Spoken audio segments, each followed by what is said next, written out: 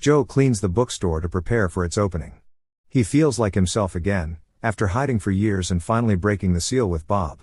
During breakfast, Henry tells his parents that he doesn't want to go to school today and wants to go to the museum instead, but they tell him that they'll take him during the weekend. The news about Bob comes on the TV, and Kate shares her worries after turning off the TV, but Joe reassures her that they're safe. She tells him to destroy his story about killing Bob, and he agrees. Bronnie brings a chair that she found on the street into the store, and Joe rejects it. She whines about how he's a rich person and how she'll need to learn how to sell to his kind of people.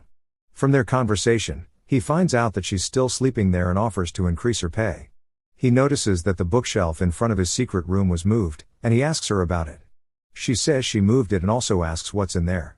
He tells her that it's nothing serious and that she should stay out of there. He gets a call from his son's school, telling him that Henry got into a fight. He meets Kate at the school, and they wonder why a police officer is talking to Henry. Reagan comes out with her daughter, Gretchen, saying that Henry broke Gretchen's nose. Joe and Kate sit down with the principal of the school. She tells them that Henry is suspended and he would be expelled if the parents of Gretchen press charges. Bronnie, ignoring the words of Joe, enters the secret door and meets another door that is locked.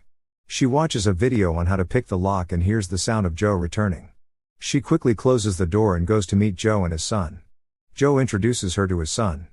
Joe asks Henry what actually happened, and Henry tells him that Gretchen called his mom a killer, something she heard from her mother. Henry asks him if it is true, and Joe says that it isn't true.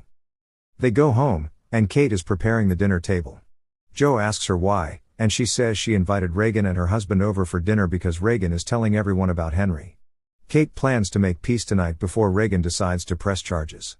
Joe tells Kate what Henry told him about his birth mom. They decide to be the bigger person and charm Reagan into submission. Joe and Kate welcome Reagan and her husband, but they hear the bell ring again. They find out that Reagan invited Maddie, who brought A+1, Kenton. Teddy also shows up in support of Kate. Kate offers to take everyone on a trip to the Hamptons for a few days, like when they were kids. Reagan says she would not be manipulated by trips and speeches. Instead, she would like to know what they would do about the damage done to her daughter by Henry. Maddie suggests that they pay for the nose job, and Reagan says that would be a good first step. Kate asks Reagan what would be an acceptable next step. She says that Henry can't go back to the school and that she wants an apology from them, admitting that they're failures as parents. Kate does what Reagan wants and apologizes. Bronnie gets into the secret room and sees a cage filled with books and is excited, as she loves books. She enters the cage and takes some pictures of the books but is locked inside the cage. This alerts Joe on his phone, but he is distracted by the family dinner. Joe tenders his own apology, but Reagan says she doesn't believe him. Joe speaks up about Reagan gossiping and calling his late wife a murderer. Reagan says that she wasn't talking about Love Quinn, but she was talking about Kate. She believes Kate killed Bob. Teddy steps in and says that Kate didn't kill Bob because he saw the security footage himself and erased it.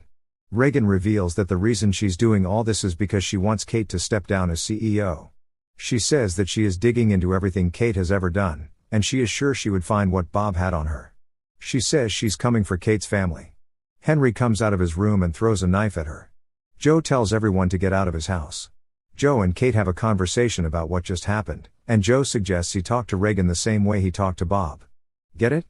Kate doesn't welcome the idea, and they argue about it. Joe gets really angry and takes some space to catch his breath but is interrupted by the alert he got on his phone about the cage at the bookstore. He rushes over there and sees Bronnie inside the cage. He asks her what she's doing there, and she tries to explain that she was curious, but he lets her go and fires her. She tells him that she read his writing, and she likes it. She asks him what he's hiding from, and he pours out his anger from his childhood trauma on her. She apologizes and says she is happy to see the real Joe. This gives him the confidence to do what Kate told him not to do, to kill Reagan. He follows her and watches her while telling himself that he is doing this for the family. Kate invites Teddy over and tells him that she is nominating him for the open seat at the board. She asks him if he actually saw the security footage, and he tells her that he was bluffing. Joe tracks Reagan, as she is usually the last to leave the office. He witnesses her being abducted by another man in a mask and tries to go save her when he finds out that it's her husband, and they're role-playing some sex fantasy. Harrison goes to find scissors. Joe knocks out Reagan and pushes Harrison into the room and locks it. When she regains consciousness, she finds herself in a cage and is confused. Bronnie comes to the store as a request from Joe, who apologizes for firing her. He offers her the job back and also gives her one of the apartments in the building. She tells him that she didn't sleep with married men, but he tells her that it's not his intention at all. He just wants to help. He also admits that he was hoping that she would read more of his writing. Back at home, he tells his son that his mother was not as perfect as he painted her to be, but she loved him so much. Joe also tells him that it would be nice for him to see a therapist, and Henry agrees. Kate apologizes about shutting him down the other night instead of explaining where she's coming from, and he thinks she's coming around, but she admits that she regrets what they did with Bob and are not doing it again. Joe says his conscience is clean as long as he did it for his family. Their conversation is interrupted by a call from Reagan, telling her that she's going to press charges for the Henry case. Joe is really confused because he knows he locked Reagan in a cage.